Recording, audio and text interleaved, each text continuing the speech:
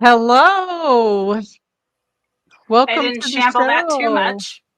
Yeah, it didn't work. I didn't know. I ended up having to do it. So Oh well. I don't know what happened on my end. We'll figure it out. Hi, everybody. This is Emergency Encounters, and we're live and trying to train Jesse up on the studio here. And it took us a while to get the hang of this thing, but Yeah. yeah. So I'm Yeah. here It's with like my I don't know what lovely I'm gonna do. uh, I'm here with my lovely co-hosts. I am here with Jesse, the one and only. One and only Messy Jessie, if Yeah, you want to say. And messy I'm here Jesse. with our world's most worst spy. But he has the biggest heart. Dirty Birdie, and and our newest newbie. How, yeah, you're still new. The Yeah, newest newbie. it's me, Cammy. The Yoo-hoo! unicorn. And the unicorn. Yeah. We have a really cool show tonight. This is a show that we're going to talk about a topic that a lot of people who are into the paranormal know about, right? It's the Amityville horror. But what really happened? So we decided to kind of break it down and look at the different parts of this alleged haunting and figure out all of the kind of the pieces because it's a big story. And Yeah. was it made up? Was it uh, uh, I don't know. Was it overblown? But we're gonna get into this. And so, Cami, you took a look at the DeFeo family first, and I that's did. where we wanted to start. So go ahead and take it from here. Okay, so we're going to start with some basic background on the DeFeo family. So they had 6 members: Ronald Sr., who's the dad, Luis, the wife, and their 5 children. So Ronald Jr., 23, Don, who was 18, Allison, 13, Mark, 12, and John, who was 7. They moved from Brooklyn to Amityville into the house, wanting to seek a better life, doing the whole suburb living thing back in 1960. Um, Ronald Sr. and the DeFeo family quickly became part of the community. They would hold Sunday prayers, and they were reported to be pretty helpful neighbors. There's also some evidence that Ronald Sr., unfortunately, had been abusive to his wife and children inside the home, and some of that points to this being a potential motive for the murders that happened later. It was reported that Ronald also struggled. So, Ronald Jr. is reported to have struggled with drug addiction. He reportedly used LSD, heroin. He had some anger issues, and he would often just like to party. He also had a bad relationship with his father, and we kind of wonder if this is what contributed to the overall dysfunction of the family as a whole. Members of the community often referred to Ronald Jr. as being a black sheep, and Mm. they kind of said that he was creepy and he had like these Charles Manson vibes.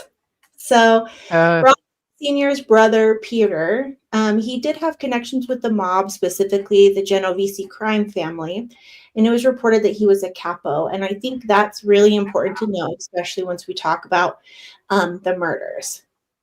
So, on the night of November 13th, 1974, Ronald Jr. committed the unthinkable by murdering his entire family, shooting each member with a 35 caliber rifle while they were asleep, and the victims were found in their beds wearing pajamas.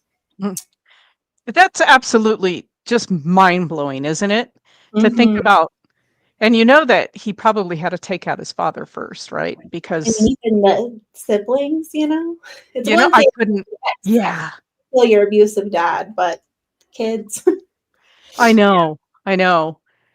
So And after keep going. Sorry. murder took place, Ronald Jr. went to his hometown bar to have a drink, and one of the patrons in the bar recalls him shouting that my father and mother have been shot.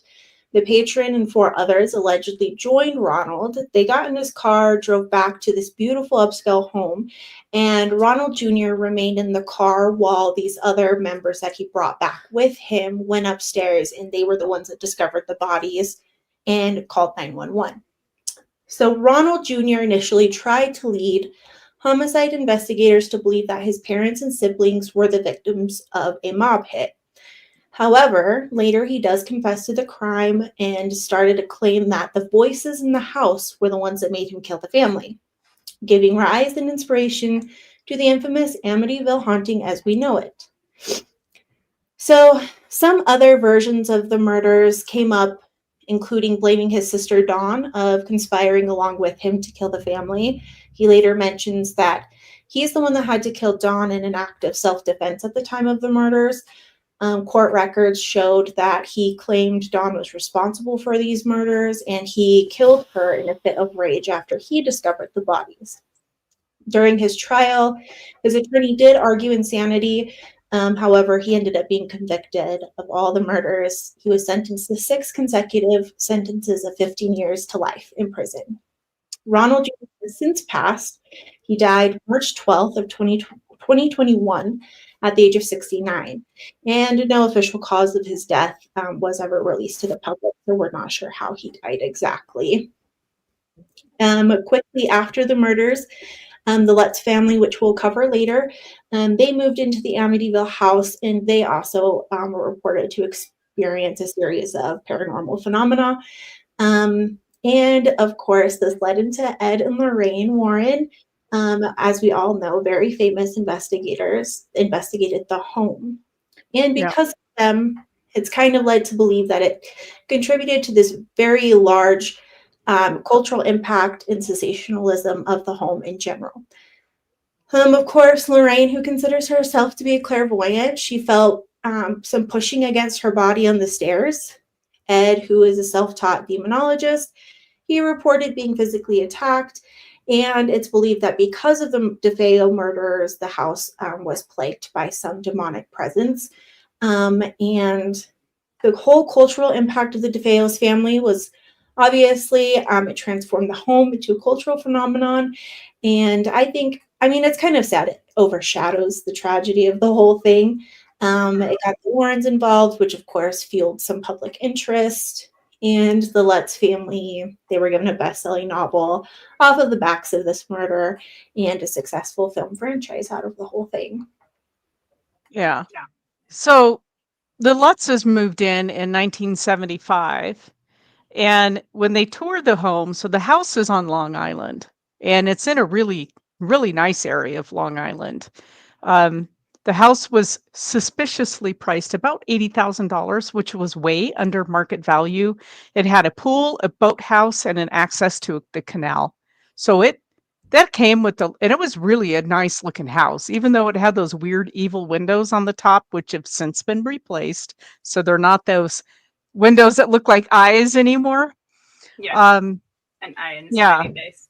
Yeah, I didn't like it at all. It was pretty They had learned when they were looking at the property that the murder had taken place of the family, the DeFeo family, about a year before, but they decided they couldn't pass up the price, and it was big enough for their family.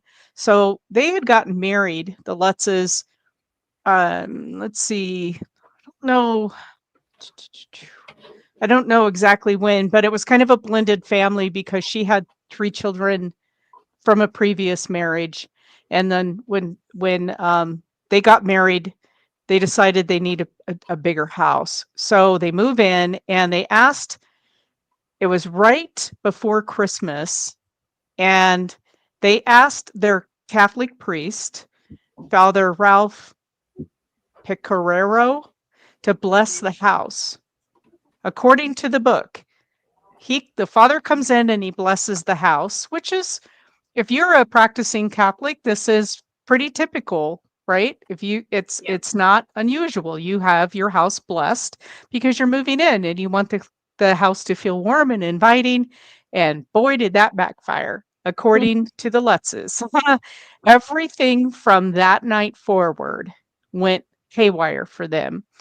And so the book that Anson wrote on the Amityville Horror was based on the Lutz's tape recorded. They did a series of tapes, cassette tapes, where they spoke about all of the activity in the house. And this author then took these recordings and made the book, and it was very embellished. We all know that. A lot of this, of course, whenever they make a movie, it's got to be absolutely bonkers. So they did embellish a lot of it, but I'll tell you what, they left the house. They moved in right before Christmas and they moved out of the house January 14th. They were not in there a full month. They left because of the activity in that house. So that tells you and they left everything in the house. They basically left the house with their clothes on their back. They just fled and they didn't go back. Something was going on.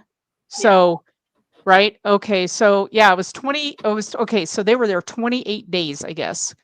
Okay. They said that right after on Christmas Eve, so right after the father blessed the house, they hear this voice tell them to get out.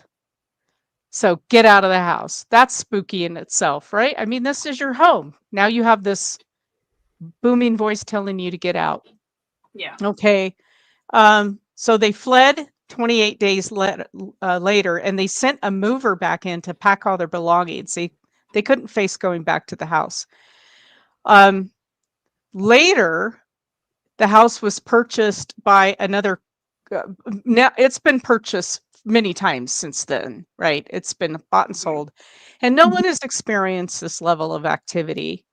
It's said that I know, Mad Max. He's like, "Deuce, I'm out." Yeah. So I get it. It and where was I going with this? Enjoy your house. Goodbye. Yeah, sorry. So it is said that prior to the DeFeos owning the house, I believe it was prior to them owning the house was built in, gosh, I had the date. I don't think I wrote it down. It wasn't that old. It really wasn't that old. So it was either prior to DeFeos or, yeah, it had to have been prior to the DeFeos moving it or buying the house. There was an owner who allegedly practiced satanic worship activities on the property, but there's no proof of this whatsoever. So that could be another embellishment, right? I don't know. Yeah. And a little bit about the Lutzes. They have never changed their story. And George Lutz took, I think, 2, if not 3 polygraphs. He took polygraph tests to prove that he was not making the story up, that this really did happen to them. And they had a variety of paranormal activity in this house, and he felt like something was possessing him. He felt like this thing was not only attacking his family, and I don't know if you've ever seen the movies, but there was like flies that would come out. The kids were having things happen to them. Doors were slamming. There would be paint on the walls. There was all kinds of stuff. Oozing things like blood and slime. Blood. And then George kept feeling like his personality in 28 days had changed. But he was conscious. He was still aware that he was changing. It hadn't completely taken him over. And that's why they fled. He's like, in a conscious moment, it was like, we need to get out. We need to get out now. And they never went back. And that, to me, is very telling. If you won't even go back and pack your stuff, if you're that afraid, yeah. So that's bananas to me. Sounds like the one house in is it the Perrin family? I can't. Yeah, the one that Ed and Lorraine did too. It's like they left the house because they couldn't stand the haunting anymore, and so they left. But I don't remember. I probably yeah. So I don't know. I think the Lutzes was working with their priest, and he was the one that connected Ed and Lorraine Warren to come into the house, because they supposedly only took on the worst of the worst cases, and it always had to be surrounding something demonic. But you have to remember too, this is my take on the Warrens, that they were very Catholic. And Heavily involved with Catholicism. Mm-hmm. yes, they were very Catholic and very, very much believed that anything haunting would be was dark and demonic. Now, if something's trying to possess you, that's not a normal dead Uncle Fred situation. And that's when we come in and we're doing an investigation, we're dealing 90% of the time with either dead Uncle Fred or just a normal haunting. It's a person who doesn't want to leave the building Yeah. or the family, right? But they don't take you over. So, Dirty Bird, talk a little bit about possession. So what possession is that you are, let's say, right, you're in in a home, something like that. I mean, you've never had an issue before, right? Mentally or physically, whatever. But you enter a home, and then slowly over time, like you said with the one gentleman, is that he's it's usually somebody who's nice and kind and helpful, and the neighbors love him. Slowly over time, they start getting angrier, meaner, more vicious, and it eventually they're just not themselves anymore. And like you mentioned, he just had a moment of clarity, and he's like, "I'm not well. This sucks. Let's get out. Something's wrong." So when you mentioned when the Feos moved in, I think you mentioned earlier that it seemed like the father was getting affected first. And to me, that is strategic. It's planned because he's the head of the family. So you want to do bad, evil, disgusting stuff. You take out the head of the family first because that's who's going to be the be all end all voice of the family. Right. But for whatever reason, it went to the son. And when Cammy was mentioning that he was tied in with the mob with LSD and heroin, that got me to thinking he's the perfect target. The dad's going to fight, but he's the perfect target Yeah, he was. Yeah. because he was, whether he knew it or not, he was kind of MK ultraing himself, because when you're intoxicated sometimes like that, your walls go down, it's easier to seep in and start nudging around and start getting footholds in there, whether Yeah. he knew it or not. So we had a question about, do you have to okay the possession to take you over? And I don't think so. I think, and correct me if I'm wrong, Jesse, but in possession, it's preying upon a weakness, Mm-hmm. and it creeps in, like Dirty Birdie's saying, it's creeping Yeah. in. But we had a case in Blackfoot, and Gina and Mark on our team, we had a lot of people saw it. Something tried to take me over in a moment of, like, I wasn't paying attention. I didn't have my guard up, and it was a case where we had pyrokinesis, that one case, and Mm-hmm. the house was, it was like our second or third time in that house, and I could feel it, and I could feel it, and they Mm-hmm. saw it immediately. They saw something come over my face, and they knew, and they immediately worked to get it away from me. So I don't know if there are different types of possession. What do you think, Jess? So I it's a, think there is. Oh, oh, I was going to ask, was it like the feeling of the onset of the dark energy, or just that the energy around existed? Was it what you were feeling? Me? Yeah. I felt like uh, I don't know if you've ever experienced the feeling of a spirit walk through you. like you get instantly cold as it comes through your body.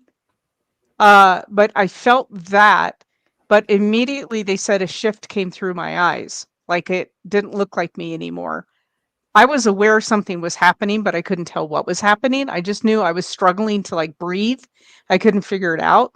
I Sure. felt suffocated, and they just saw something, and they're like they immediately started work to pull it off.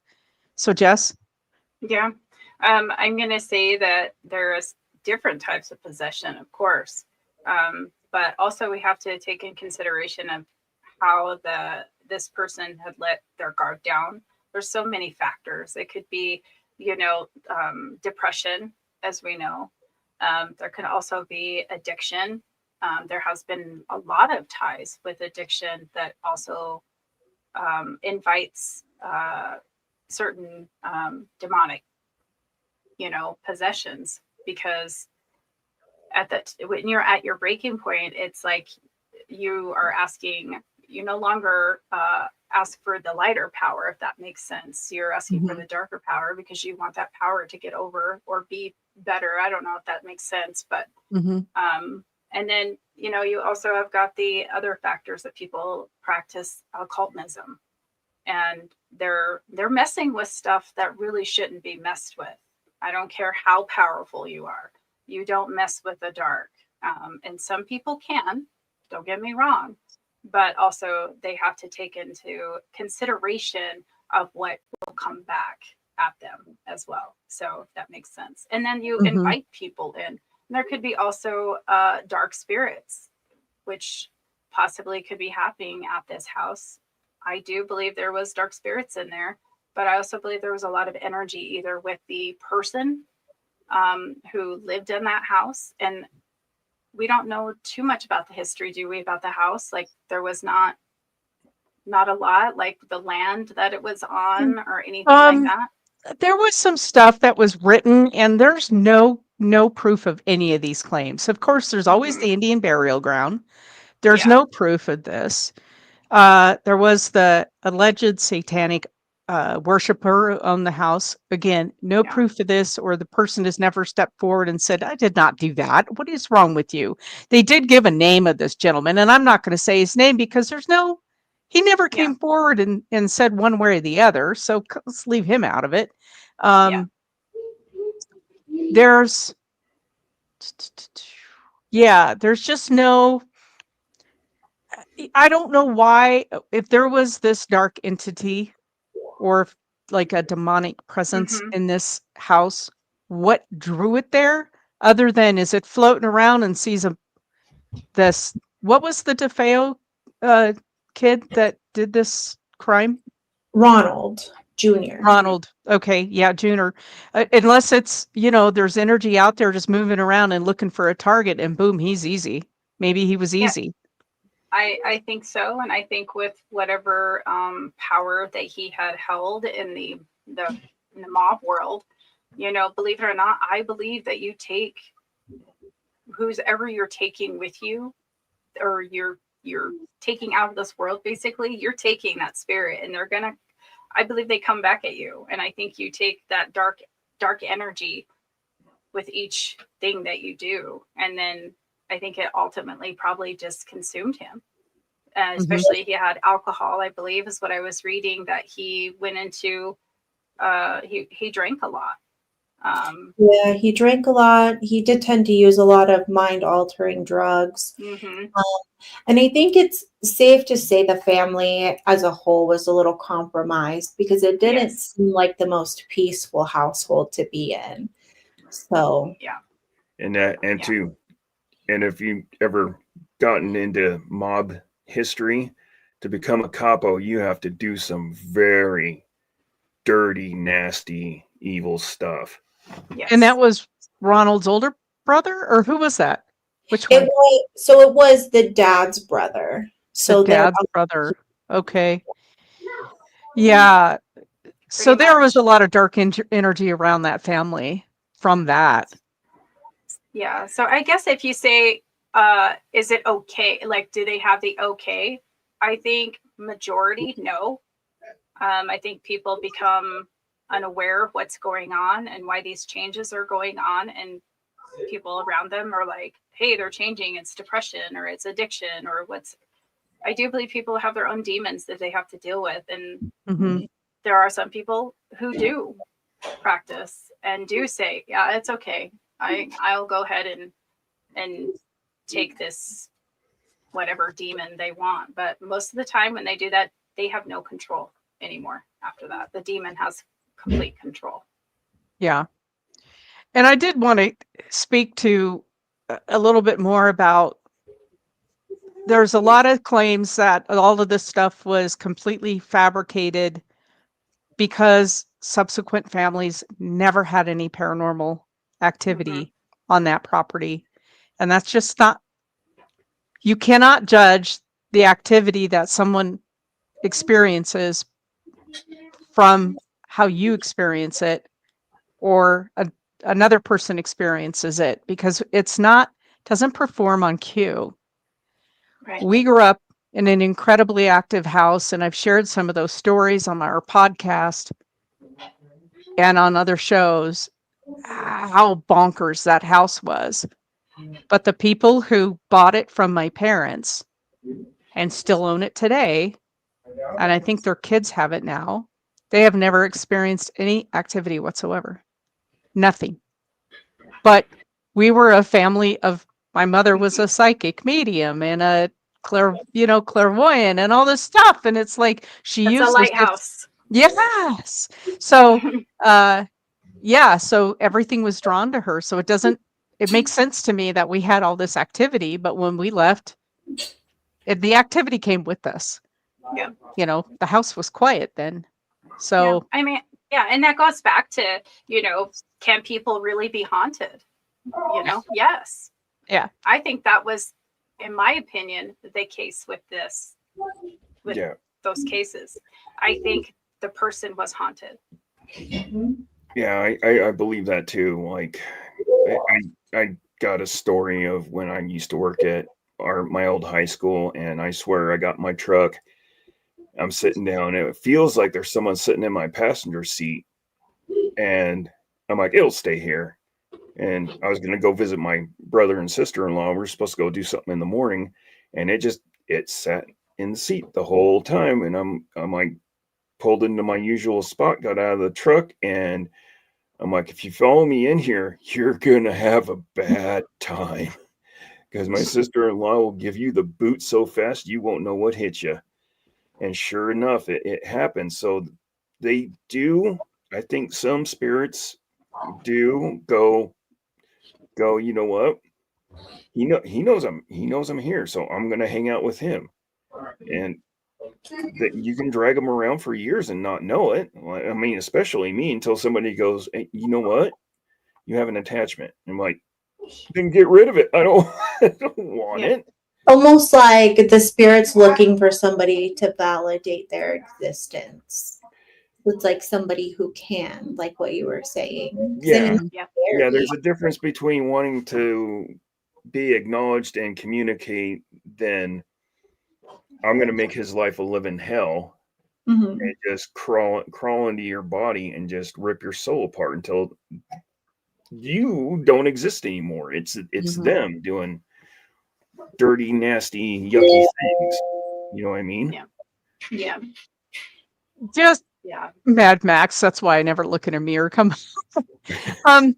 So Jess, did you do any research on what the demons, supposedly the demons, and again, I do believe there was a dark presence there.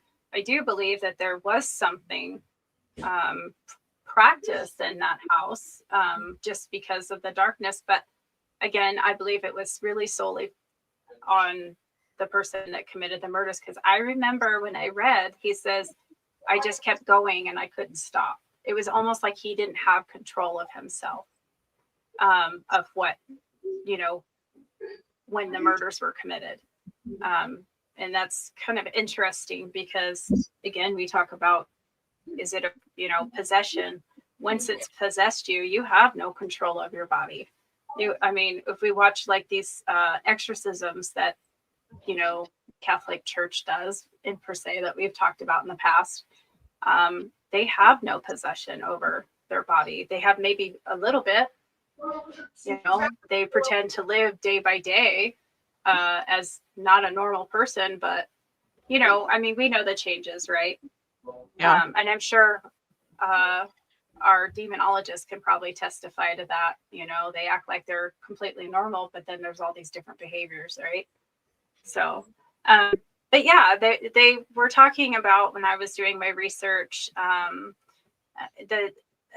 the DeFaco family, they were talking about there was a gigantic white-robed monster, is what they were calling it.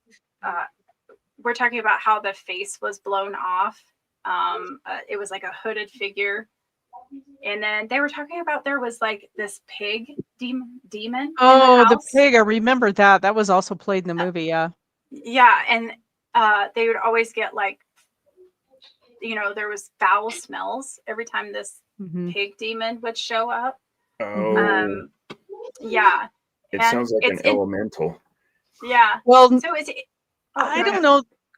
Sorry. I don't know that the pig would be an elemental, because when you think about it, right, there's the story in the Bible about the demons were put into a pig, right? And then the pigs were run off the cliff.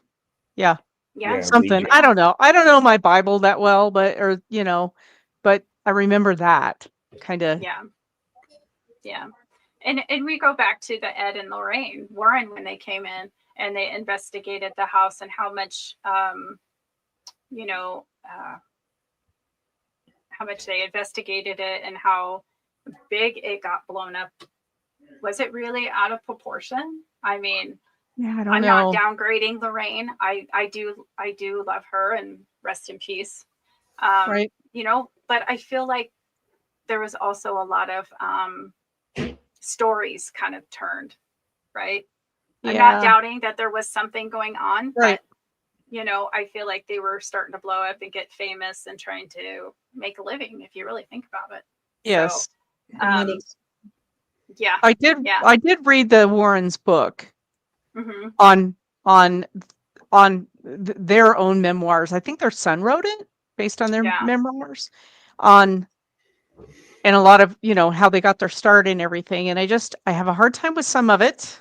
I have a hard time on some of it because I think a lot of things, when if you look at it, well, I don't know. Okay. So one part of me says, if you look at it based on just a haunting, but when you bring religion into it, any kind of religion into it, it blows it up. It makes it so much bigger and so much worse. And I don't know why that is. I don't know if it just plays on our fears, because a lot of religion is control, right? And I don't mean to speak out of turn to people who are very religious watching this, but in my mind, a lot of religion is about control and about having control over the people who are in that religion. And so then you bring in demonic and so everything's demonic. Everything's demonic. So it shatters the illusion of control. Thank you. That's right. Yes. Yeah. And like, interesting enough, that they were very Catholic. And so if the priest is calling Ed and Lorraine in, then this has got to be bad, right? Right. So,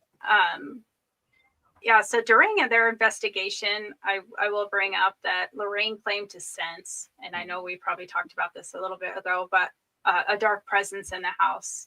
There was which she believed was responsible for everything that was, conducted. They had photographs done, which I will say, my background right here, this little boy. So that's the little boy in the house, huh? Yeah, that's the little boy in the house. Let me get that picture and I'll put it on the screen for everybody. It honestly, I see things, know things, and this picture gives me the creeps. Now, who's this picture supposed to be of? I think it's the little boy that was killed, one of the brothers. I can't. The youngest one. Yeah, the youngest. Hmm. Okay, I'm going to put it up on And the I believe there's screen. a picture that has the Wait a picture of minute. him, and then Yes, and this is the one, this is, yeah, I'm going to open it here and I'll put it on the screen. This is right out of the book, so I don't know who took this picture. I think it was Ed, from what I Yeah, understand. because they were doing like a Okay. budget for Red. So this is Yes. there's the child that's the one of the little DeFeo children, right? Yes. Hmm. And then the picture with the glowing eyes, it looks very similar. Yeah. Yeah. It's very I mean, spooky. could it be the demon? Supposed to be the demon, because we all know, and I'm sure you can Oh, probably confirm that demons take forms of children, right? yeah, they do. Yeah, they do. Definitely. So, are we sure this is little boy? We don't know. I mean, I'm sure other people can probably attest that there's kids don't stay in certain areas or don't stay where they've died or get lost. But I don't know. I'm kind of on the verge of, I believe that little kids get lost and I believe that they stay, just because they don't know what's going on if they were taken so fast. Yeah, So, maybe Yeah. it was the last place of comfort that he had. yeah, correct. I don't know. Yeah. But I will say that I think the Warrens also conducted seances in the house. And that's when they captured the photo. And I don't know, like, and I know that the the guy that shot and murdered everybody. Sorry, my mind's gone blank. And I know that he Ronald. was saying that a lot of he had demons inside of him as well. And you were mentioning before, because yes, I will admit, folks, I didn't do a lot of research. Okay. But you said that he mentioned that a medium went in to see him when he was in prison. Yeah, he Because he was worked with the affected with psychic demons. medium. Mm-hmm. There was a Yeah. interview series. I know those freaking windows. Mad Max said, "Yeah, it actually." I'm going to show a picture of what the house looks like. It's been remodeled several times Mm-hmm. since this took place, and so those windows are now gone. And I'll share a picture. But I believe it's for sale he again. did, huh? I believe it's for sale again too. Probably. Yeah, that's the thing. Properties like this, and a lot of it, they even changed the physical address of the property just to try to Yeah. get naysayers or not naysayers, but onlookers and looky-loos to leave. But I mean, the street is the street, and they'd have to change everybody's address and the street name and everything. It's there. Everybody knows It's in kind of Long like the Island. Goonies house, right? Mhm. Yeah, Everybody the wants Goonies to be house. a Goonie. So, but yeah, so there was an interview that I watched with Ronald while obviously before he was dead. And in prison, he worked with a psychic medium. Sometimes I amaze myself with the stupid stuff I say, just so you know. And he worked with this lady. There was a series of phone calls between him and this psychic medium about this demonic presence that he believed possessed him.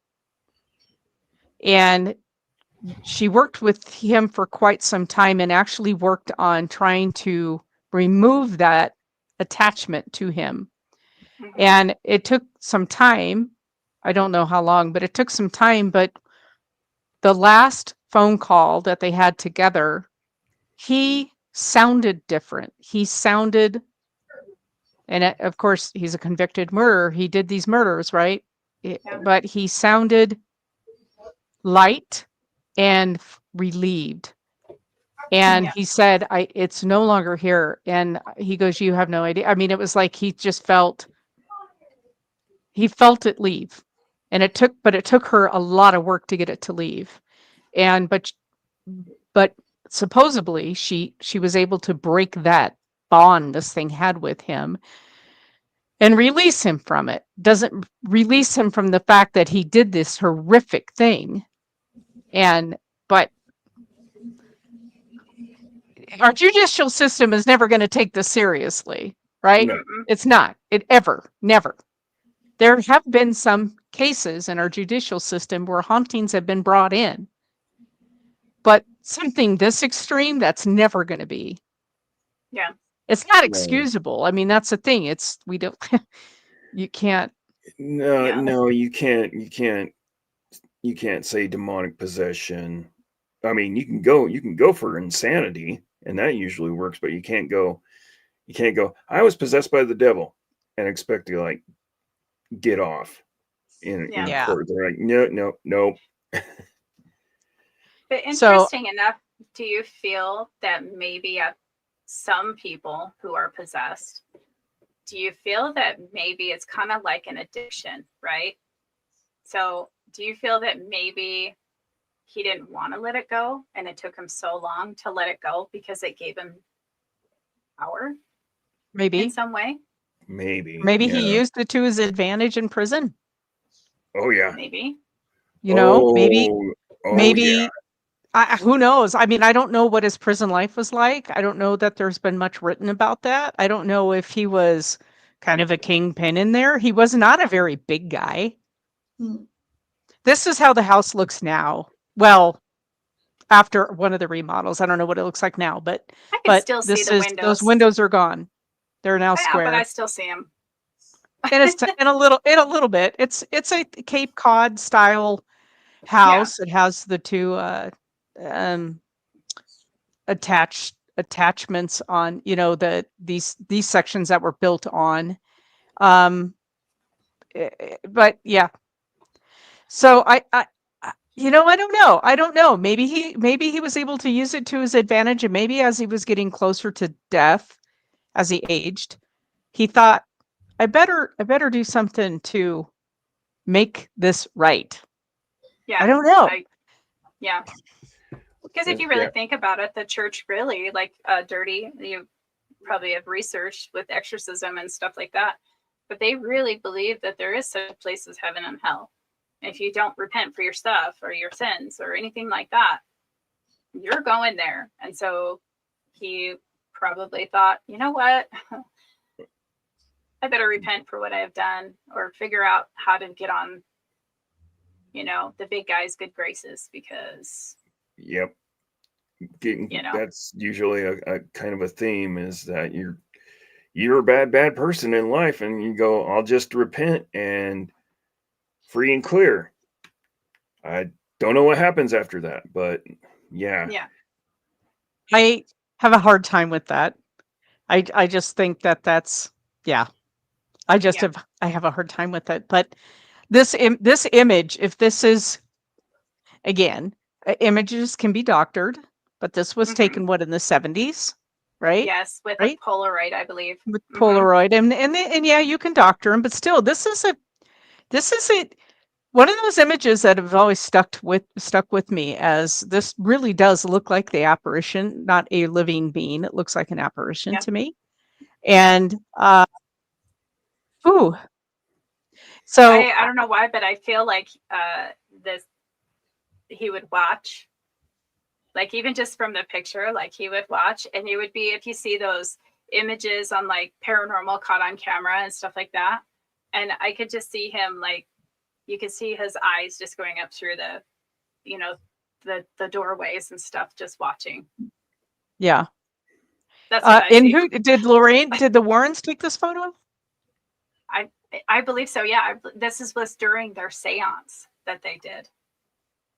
And then Yeah. they took, because they did a lot of pictures and Polaroids and stuff like that when they did their So investigation. here's a question for you, a discussion point on.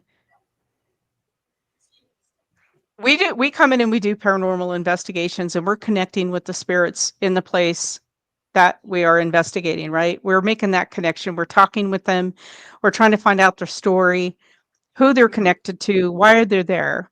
What's the difference in your mind between what we do on an investigation and a seance?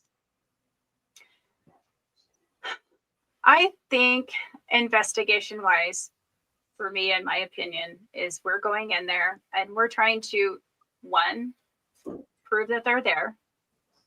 2, accept the ideas that maybe it is not there, right? We want to prove it. Scientifically, we want to prove that somebody's there. And then as far as mediums, we go in there and we back up your guys' scientific proof, right? Your history, whatever you do. For me, a seance, and of course, this has been going on for many, many years, like ages. I think a seance is possibly proving that point as well. But there's also been a lot of seances that have been faked, if that makes sense. So I guess maybe I'm kind of like, and also you're messing with spirits that you don't know what they're going to do. You're putting yourself at risk of possession, for one, and for 2, I feel like it's disrespectful. That's just me as my gifts. I think it's disrespectful. I think you're just calling and commanding a spirit to come forth. Yeah, it's a little more intimate. Yeah. And that's just me. I feel you don't command a spirit. You don't command a ghost to come forward, because if I was that ghost, I'd be like, well, let me tell you what, you are in my world. So It's like throwing rocks at a hornet's nest. You're gonna get stung eventually. Yeah. Do I respect the work that other mediums do for seances? Sure. If they feel comfortable doing it and they have great work with it, I respect them for that. Just not my bag. I don't do that. I'll go in, I will read a room, I will see what comes through on me. I'm not 100%, like other people that we have on our team, but I do pretty good, I guess. So I'm gonna toot my own horn, but I do pretty good. Yeah, you do. I don't think, to Kenna's question, does a seance force a spirit out in the open? No, I think it's an invitation, but I don't know that you can force. Yeah. I don't know. I mean, in a seance too, you could be calling in a spirit that's not necessarily attached to that place or that family. You're calling in, right? Yeah. Yeah. So, and you could be calling in anybody that somebody knows. I mean, if somebody wants to get dear Uncle Fred, in the seance, you can't guarantee that that's who that is. Even though I get it, you have a medium there, but you really can't guarantee that. yeah. So this case has always just been fascinating because, I was 10 years old when the story, I think, when it hit. And so I, and living in the life that I lived with my mom and our crazy house, and this was just such a classic story. It was just such a great haunting story. And even though when you go to these movies, and even though you know that they're taking a lot of artistic liberty with these stories, what always fascinated me was the fact that the Lutzes never swayed. Never, never, never.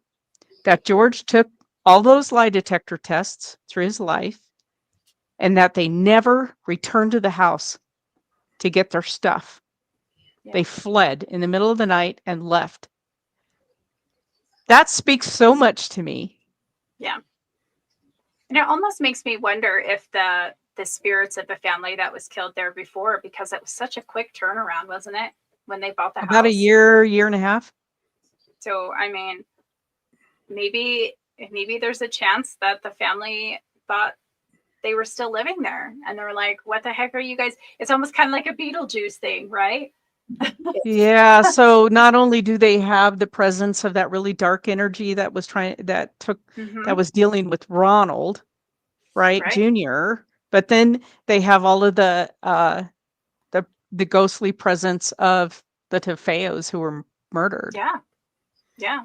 Especially if you're instantly taken, Yeah, I found it kind of disturbingly interesting that none of the family members woke up when he started shooting them in the beds. Like, none of them. I wonder I wonder if they ever did toxicology reports to see if maybe he drugged them first or something. Yeah, that could be I a don't. possibility. Yeah. Maybe they didn't even think about doing it because it was such a grisly murder scene. They didn't think about. Yeah. That could be too. I don't Yeah. know. It's also said Yeah. they didn't hear any gunshots either. So that's interesting. I mean, from what I understood is there's another couple of angles to this story that the daughter had something to do with it, and with him, and they were gonna like run away together or something like that. But he just wanted to shoot them all, and she was like, "No, there's kids. We have to be merciful with the kids. We got to do something to knock them out because that's just wrong." Yeah, And Cammy did speak to allegedly the daughter was going to, right, Yeah, co-conspirator, but said that she was the one that killed the family, and then he killed the sister Dawn because he was so angry about it. But yeah, I don't know. The whole thing is just so, it's such a remarkable and bizarre story. A lot of So, controversy. yeah, a ton of Yeah. controversy. And for him to have shot his whole family, if you zoom out, if you go to Google Earth and you look at this place, there's houses all around it. This is not a luxurious estate where you've got a couple of 100 acres between you and the next neighbor. You're going to hear gunshots in a house. Yeah. the Yeah. neighbors are pretty close. Yeah. They're pretty close. They're pretty close because I know that the neighborhood is still inundated with people who drive by it. Yeah. And yeah, I That- mean, if I was there in Long Island, I'd go see it. Yeah, heck yeah, I'd want to drive by it and take some photos. And that's the other part of this case that befuddles me so much is that there's neighbors all around, but when this went down, nobody heard anything. right, that's what I just said. How did they not hear the gunshots? Yeah. It's The just houses are close, right? it's Mhm. just so bizarre. It's like it just put a. I wonder if something he put a used some kind of bubble. homemade silencer on it. I don't know. It seems I like don't know. some kind of supernatural bubble was put You, around the house, and then it went you know, down. they're And then, Dirty. I gotta stay out of your head, man, because I was just there. a supernatural bubble. Yeah. Or maybe was it a time slip? We've talked about time slips. Yeah. I mean, Well, there's been controversy talks about different things. yeah. I don't know. Well, that's kind of interesting. That's bizarre. And I just lost my train of thought. See what happens when you get to be See, old? Right. Oh, shoot. I just had a good thought too, and it just left me. wait, let me So, jump on the DeLorean uh, and we'll go yeah. back to the future. Oh my God. Anyway, it's an interesting case. Oh, that's thank you. You just You're brought it back welcome. to me. You're Okay. welcome. So there was a couple, and I'm not going to mention their names, but they are in the paranormal world. And as soon as something like this would go down, they would contact, let's say if it was Ronald DeFeo, who, Mhm. right, and he just died, they would immediately contact him and make Oh, contact with him. Do you know who I'm talking about, right, Cammy? It was yeah. a husband-wife team, and then they would they'd Oh, make yes. contact with all of these infamous people and film it and all this stuff that she's allegedly, like, they're coming in, they're contacting them. And what do you guys feel about that? I was having a eh, hard time with it. I uh, only watched 20 I minutes. mean, like as soon as they passed away, and they tried to contact them. But yeah, it was pretty quick after they'd pass away, and then they would televise, or they would not televise it, but put it on YouTube. And I was having a hard time with it because it seemed, I don't know, almost disrespectful. Like there Yeah, I was was no gonna time say, and distance I was between gonna it. say disrespectful. Yeah, I'm like, at least give it like a couple of years or something like Yeah, that. no, it was pretty quick. It was pretty quick. So, And I like the uh, concept of the idea, but I'm unsure if they're really making the connection. Mhm. right. Yeah. So I wondered if it would be quite interesting this is my warped mind, but quite interesting to contact Ronald Jr. and have that discussion with him about what he was thinking when this went down. So what do we try? Huh? I said, so what should we try? I don't know. I mean, what would you think about that? That would be interesting. That would be kind of interesting, but Yeah. I don't mess with that type of stuff. Jesse, yeah, you're like, I I definitely would give it a go, but I'd also have to be like, yeah. yeah. So it would be interesting to film that. Be interesting, but at the same time, I don't know. That's something I'd have to really think about. Yeah, and the reason why I wouldn't be doing this I would want to know, like, was there really something there that was in control of him? Like, did all of this go down and he really has no recollection of it because he was completely possessed? I think so. I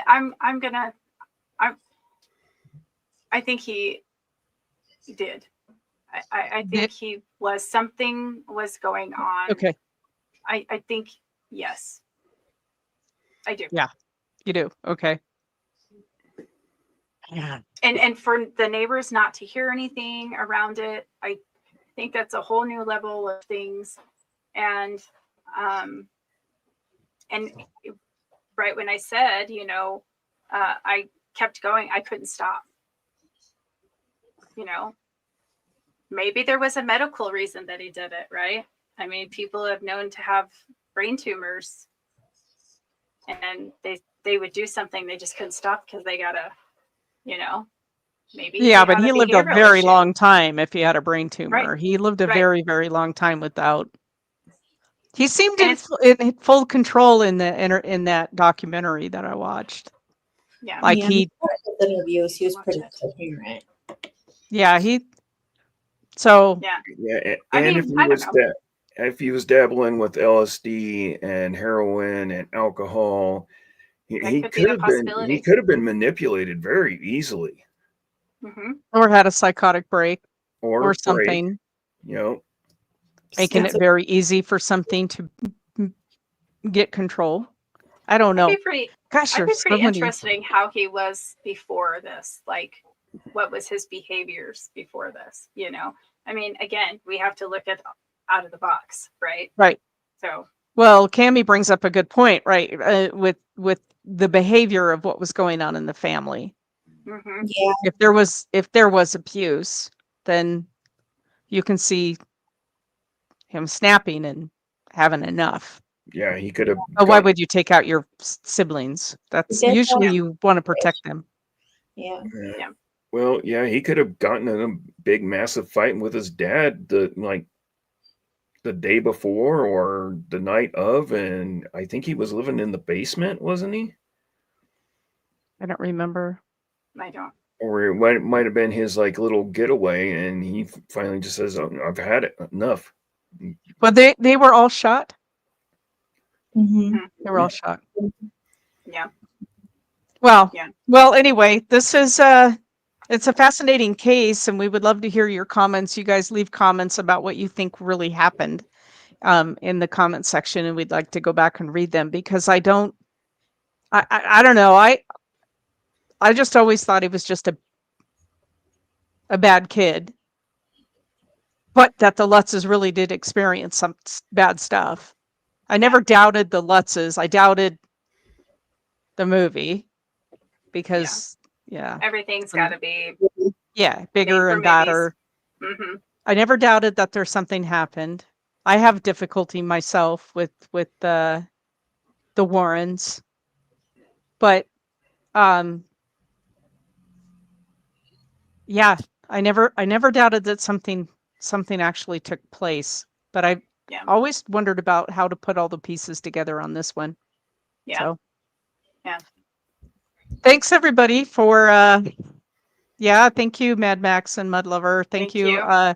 Yeah, it's fascinating, and we'll keep covering these bizarre cases. There's a bunch of stuff out there. So, all right, Oh, yeah. everybody, you have a great week. And next week, I am not going to be on the show, but these three lovely people will continue on in my absence. And And I yes, don't know what shenanigans we'll be up to. yeah. All right.